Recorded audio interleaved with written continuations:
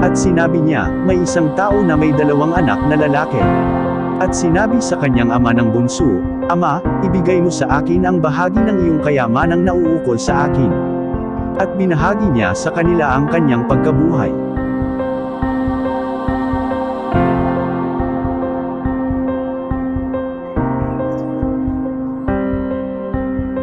At hindi nakaraan ang maraming araw, ay tinipong lahat ng anak na bunso ang ganang kanya, at naglakbay sa isang malayong lupain, at do'y inaksaya ang kanyang kabuhayan sa paluming pamumuhay.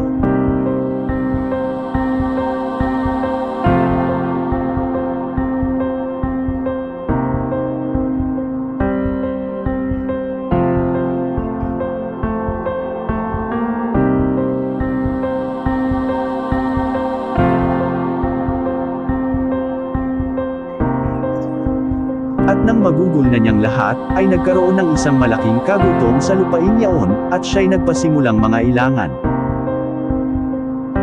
At pamaroon siya at nakisama sa isa sa mga mamamayan sa lupain yaon, at sinugo niya siya sa kanyang mga parang, upang magpakain ng mga baboy.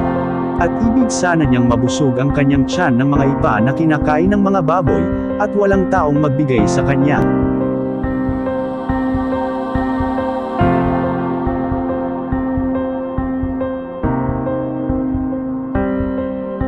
Datapwat nang siya'y makapag-isip ay sinabi niya, ilang mga alilang upahan ng aking ama ang may sapat at lumalabis na pagkain, at ako rito'y namamatay ng gutom. Magtitindig ako at paroroon sa aking ama, at aking sasabihin sa kanya, Ama, nagkasala ako laban sa langit, at sa iyong paningin. Hindi na ako karapat-dapat na tawaging anak mo, gawin mo akong tulad sa isa sa iyong mga alilang upahan.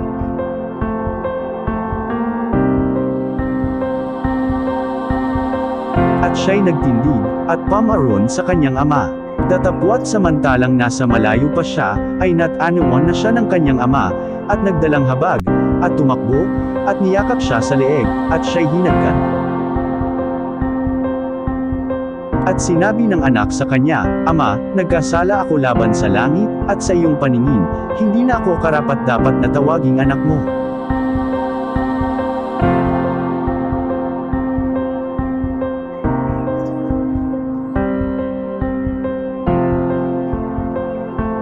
Datapwat sinabi ng ama sa kanyang mga alipin, dalhin ninyo ritong madali ang pinakamabuting balabal, at isuot ninyo sa kanya, at lagyan ninyo ng singsing ang kanyang kamay, at mga panyapak ang kanyang mga paa.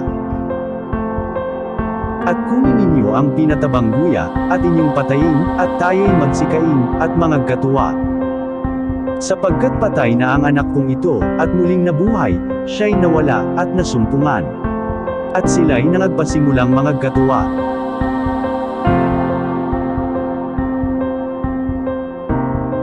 Nasa bukid nga ang anak niyang panganay, at nang siya'y dumating at malapit sa bahay, ay narinig niya ang tugtugan at ang sayawan.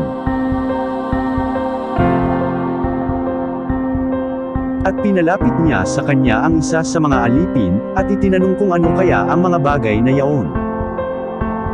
At sinabi niya sa kanya, dumating ang kapatid mo, at pinatay ng iyong ama ang pinatabang guya, dahil sa siya'y tinanggap niya na ligtas at magaling.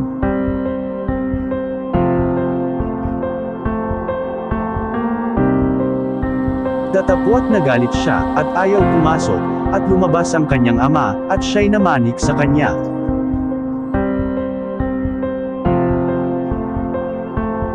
Datapwat siya'y sumagot at sinabi sa kanyang ama, narito, maraming taon nang kita'y pinaglilingkuran, at kailanmay hindi ako sumuway sa iyong utos, at gayunmay hindi mo ako binigyan kailanman ng isang maliit na kambing, upang ipakipagkatuwa ko sa aking mga kaibigan.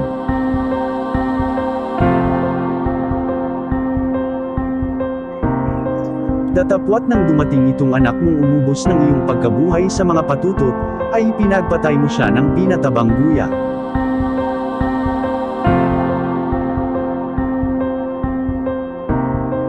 At sinabi niya sa kanya, Anak, ikaw ay palaging nasa akin, at iyo ang lahat ng akin.